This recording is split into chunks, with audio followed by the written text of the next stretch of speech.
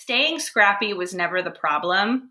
We did get a lot more resources. Our problem was we were trying to do too many things with too few resources. So we always, in the early days, we really just had a focus problem because the vision for GoldieBlox was so big. It was not just, I want to have toys. It was like, I want to have toys and a TV show and a feature film and mobile apps. And I want, eventually I want to have stores. And, it was just, I wanted it to be a global franchise as big as, Barbie and Disney Princess and American Girl.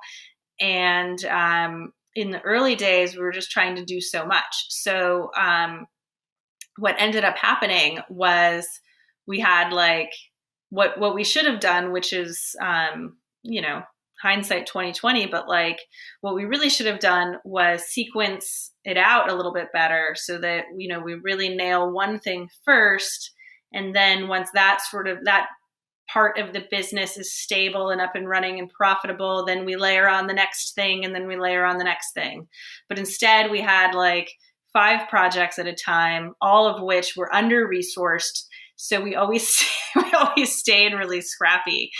And what's kind of amazing about it, and what I've learned though through this, is, for example, we decided we wanted to launch a mobile app, which could have been its own company in and of itself, right? And for us, it was just sort of like an add-on because we wanted to get into the apps business.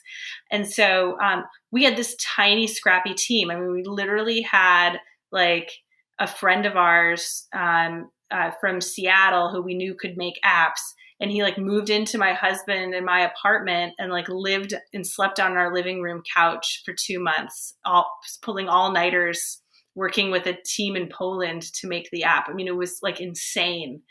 And, but it ended up winning iOS app of the year. And I was on stage doing a keynote at WWDC. So like, it's like, I think what I've learned here, one, like, yes, like properly resource the projects that you do and kind of sequence things out so you're not doing too much, because that's like what every startup messes up on, and ours was very much so.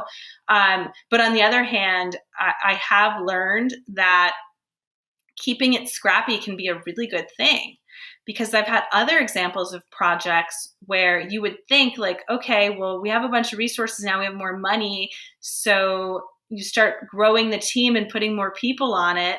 And then all of a sudden, all of these people bog it down.